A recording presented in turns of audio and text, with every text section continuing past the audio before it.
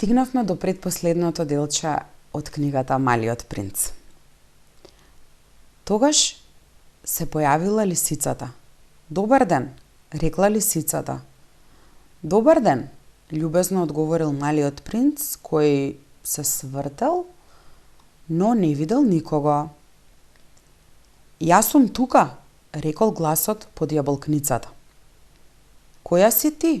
Рекол малиот принц. Многу си убава. Јас сум лисица. Дојди да си играш со мене, и предложил малиот принц. Јас сум многу тажен. Не можам да си играм со тебе, рекла лисицата. Не сум припитомена. Ах, прости ми, рекол малиот принц, но откако промислил, додал. А што значи припитомена? Ти не си овдешен, рекла лисицата. Што бараш тука? Ги барам луѓето, рекол малиот принц. Што значи припитомена? Луѓето имаат пушки и ловат, рекла лисицата. Тоа е многу непријатно. Исто така одгледуваат кокошки. Таа е единствената корист од нив. Ти бараш кокошки? Не, рекол малиот принц. Барам пријатели. Што значи припитомена? Тоа е една многу заборавена работа, рекла лисицата. Тоа значи создавање на врски. Создавање на врски? Се разбира, рекла лисицата. Ти за мене си се уште само едно мало детенце, сосем слично на 100.000 деца. И не си ми потребен. Ни јас не сум ти потребна тебе. Јас сум за тебе само една лисица, слична на 100.000 лисици. Но, ако ме припитомиш, ќе си бидеме потребни еден на друг. Ти за мене ќе бидеш единствен на светот. Јас за тебе ќе бидам единствена на светот. Веќе почнувам да разбирам, рекол малиот принц. Има едно цвеќе и мислам дека тоа ме припитомило мене. Тоа е можно, рекла лисицата. На земјава може да се видат разни работи. О, тоа не е на земјава, рекол малиот принц. Лисицата станала многу љубопитна. На некоја друга планета? Да. Дали има ловци на таа планета? Нема. Тоа е интересно. А кокошки? Нема. Ништо не е совршено, воздивнала лисицата. Но веднаш се вратила на својата идеја. Мојот живот е здодевен. Јас ловам кокошки, а луѓето ме ловат мене. Сите кокошки личат една на друга и сите луѓе личат еден на друг. Значи, мене ми е малку здодевно. Но ако ти ме припитомиш, животот ќе ми се разведри. Ќе распознавам еден шум на чекор што ќе се разликува од сите други. А другите чекори ме принудуваат да се кријам под земја. Твојот чекор ќе ме примамува како музика, да излегувам надвор од своето дувло. И погледни сега, ги гледаш ли житните полиња онаму? Јас не јадам леп. За мене житото е бескорисно. Житните пулиња не ме потсетуваат на ништо. А тоа е тажно. Но ти имаш коса со боја на злато. Ќе биде прекрасно кога ќе ме припитомиш. Житото, кое исто така има златна боја, ќе ме потсетува на тебе. А јас ќе го сакам шумот на ветрот во житото. Лисицата замолкнала и долго го гледала малиот принц. Те молам, припитоми ме, рекла таа. Со задоволство, ја одговорил малиот принц. Но немам многу време, треба да најдам пријатели и да запознам уште многу работи. Можеме да ги запознаеме само работите што се припитомуваат, рекла лисицата. Луѓето веќе немаат време да запознаат ништо. Тие купуваат работи што ги има кај трговците. А бидејќи не постојат трговци што продаваат пријатели, луѓето веќе немаат пријатели. Ако ти сакаш пријател, припитоми ме. Што треба да направам? Прашал малиот принц. Треба да бидеш многу стрплив, одговорила лисицата. Најнапред, ќе седнеш малку подалеку од мене, така на тревата. Јас ќе те гледам со аголот на окото, а ти ќе молчиш. Зборувањето е извор на недоразбирање. Но секој ден ќе можеш да седнуваш се поблиску до мене. Утре дента малиот принц пак дошол. Ќе беше подобро ако дојдеше во истото време, рекла лисицата. Ако доаѓаш, например, во 4 часот попладне, јас уште од 3 часот ќе почнам да се чувствувам среќна. И колку повеќе време ќе изминува, ќе се чувствувам се посреќна.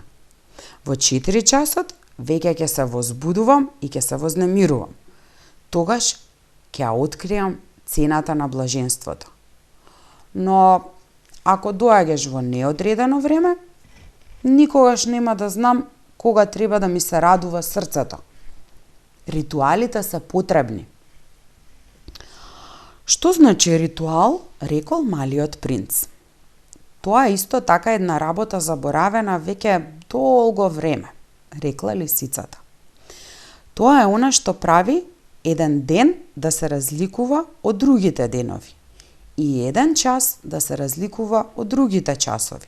Например, има еден ритуал кај оние што ме ловат мене. Тие секој четврток танцуваат со девојките од селото. Значи, четвртокот е прекрасен ден. Јас одам да се прошетам дури до лозијето. А ако ловците танцуваат кој било ден, тогаш сите денови ќе бидат еднакви и јас никогаш нема да имам слободна прошетка. Така, малиот принц ја припитомил лисицата. И кога наближил часот, тој да си замине, "Ах", рекла лисицата, "ќе плачам." "Тоа е твоја вина", рекол малиот принц. "Јас не сакав да ти сторам ништо лошо, но ти сакаше да те припитомам." "Се разбира", рекла лисицата. "Но ќе плачеш", рекол малиот принц. "Се разбира", рекла лисицата. "Но ништо не добиваш со тоа." "Добивам", рекла лисицата, "поради бојата на житото." Потоа таа додала: "Оди пак да ги видиш ружите. Ќе сватиш дека твојата ружа е единствена на светот. Ти ќе се вратиш да ми речеш збогу, а јас ќе ти подарам една тајна." Малиот принц истрчал пак да ги види ружите. "Вие воопшто не личите на моето цвеќе. Вие се уште не сте ништо", им рекол. "Вас уште никој не ве припитомил, ниту пак вие некого сте припитомиле. Вие сте такви какви што беше мојата лисица. А таа беше лисица какви што ги има 100.000. Но јас ја направив моја пријателка и таа сега е единствена на светот." А ружите многу се вознемириле. "Вие сте убави, но празни сте", им дофрлил тој. "За вас не може да се умре. Се разбира, за мојата ружа некој обичен минувач ќе мисли дека личи на вас. Но таа е единствена и позначајна од сите вас, зашто неа јас ја полевав со вода, зашто ја заштитував со стаклено ѕвоно, зашто ја заштитував со параван, зашто заради неа ги убив гасениците, освен 2-3 за пеперугите, зашто ја слушав како се жали или како се фали, па дури напати и како молчи, зашто таа е моја ружа." Потоа се вратил кај лисицата. "Збогум", и рекол. Збогум, рекла лисицата. Еве ја сега мојата тајна. Многу е едноставна. Човек гледа добро само со срцето. Најсуштественото е невидливо за очите. Најсуштественото е невидливо за очите, повторил малиот принц за да го запамети тоа. Тоа е времето што ти си го загубил за твојата ружа, што ја прави твојата ружа толку значајна. Тоа е времето што јас го загубив за мојата ружа, рекол малиот принц за да го запомни тоа. Луѓето ја заборавија таа вистина, рекла лисицата. Но ти не треба да ја заборавиш. Ти стануваш за секогаш одговорен за она што си го припитомил. Ти си одговорен за твојата ружа. Јас сум одговорен за мојата ружа, повторил малиот принц за да запамети. Добар ден, рекол малиот принц. Добар ден, отпоздравил свртничарот на возови. Што правиш тука? Рекол малиот принц. Испраќам патници со илјадници пакети, одговорил свртничарот. Ги насочувам возовите што ги носат едни надесно, други налево. А еден осветлен експресен воз, татнејки како грмеш, ја затресол кабината на свртничарот. Многу им се брза, рекол малиот принц. Што бараат тие?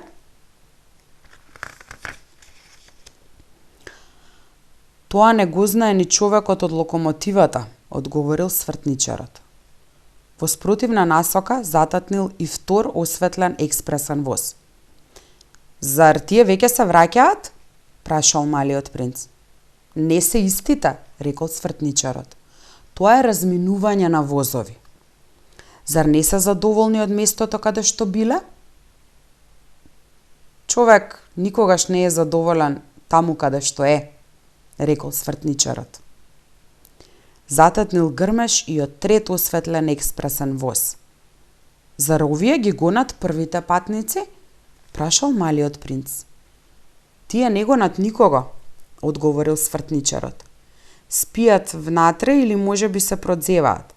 Само децата си ги прилепуваат носовите на стаклата од прозорците. Само децата знаат што бараат, рекол малиот принц. Тие губат од времето за една кукла од партали и таа им станува многу значајна. И ако им ја земат, тие плачат. Тие се среќни, рекол свртничарот.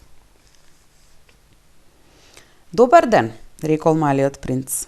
Добар ден, рекол трговецот. Тој бил трговец на совршени пилули за гасење на жетта. Човек испива една неделно и веќе не чувствува потреба од пиење. Зошто го продаваш тоа? Рекол малиот принц.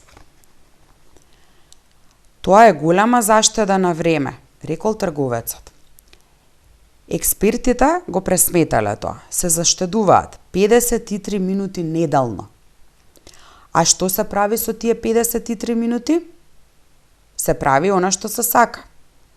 Кога јас би имал за трошење 53 минути, си рекол со умот малиот принц, би тргнал сосем полека на кај некој извор. Беше 8-миот ден од мојот дефект во пустината, а јас ја слушав приказната за трговецот, пиејќи ја последната капка од мојата резерва вода. Ах, му реков на малиот принц, твоите спомени се многу убави, но јас уште не сум го поправил својот авион, веќе немам ништо за пиење и би бил исто така многу среќен кога би можел сосем полека да одам на кај некој извор. Мојата пријателка лисицата, ми рече тој, мое добро дете, го прекинав. Веќе не станува збор за лисицата. Зошто? Зошто ќе умреме од жет? Тој не го свати моето размислување и ми одговори. Многу е добро да имаш пријател, дури и ако треба да умреш. Јас сум многу среќен зашто имав пријателка лисица. Тој не се грижи поради опасноста, си помислив. Никогаш не е ни гладен, ни жеден. Доволно му е малку сонце. Но тој ме погледна и одговори на мојата мисла. И јас сум жеден. Ајде да побараме некој бунар. Направив малодушно движење. Бесмислено е да се бара бунар, онака потамина во бескрајната пустина. Но сепак тргнавме. Откако одевме со часови, молкома, настапи ноќта, а звездите засветкаа. Јас ги забележував како во сон, зашто имав малку треска поради жетта. Зборовите на малиот принц танцуваа во мојата свест. Значи и ти си жеден, го прашав. Но тој не одговори на моето прашање. Само ми рече, водата исто така може да биде добра за срцето. Не го разбрав неговиот одговор, но молчав. Знаев дека не треба ништо да го прашувам. Тој беше изморен. Седна. Јас седнав до него. И по извесно молчење тој рече: звездите се убави поради цвеќето кое не се гледа. Му одговорив: се разбира, и молкум ги гледав на борите на песокот под месечината. Пустината е убава, додаде тој. И тоа беше вистина. Јас секогаш ја сакав пустината. Човек може да седне на песочна дина, не се гледа ништо, не се слуша ништо, а сепак нешто зрачи во тишината. Она што ја разубавува пустината, рече малиот принц, е тоа што таа некаде крие бунар. Бев изненаден кога одеднаш го разбрав тоа таинствено значење на песокот, зрачење на песокот. Кога бев мал, живеев во една стара куќа во која, според прикажувањата, било закопано големо богатство. Се разбира, никогаш никој не успеал да го пронајде, а можеби дури никој и не го побарал. Но тоа ја правеше целата куќа волшебна. Мојата куќа во дното на своето срце криеше една тајна. Да, му реков на малиот принц. Она што ги прави убави, куќата, звездите или пустината, тоа е невидливото. Задоволен сум поради тоа што се согласуваш со мојата лисица, рече тој. Бидејќи малиот принц заспа, го кренав раце и пак тргнав на пат. Бев возбуден. Ми се чинеше дека носам некое кревко богатство. Ми се чинеше дека нема ништо покревко на земјата.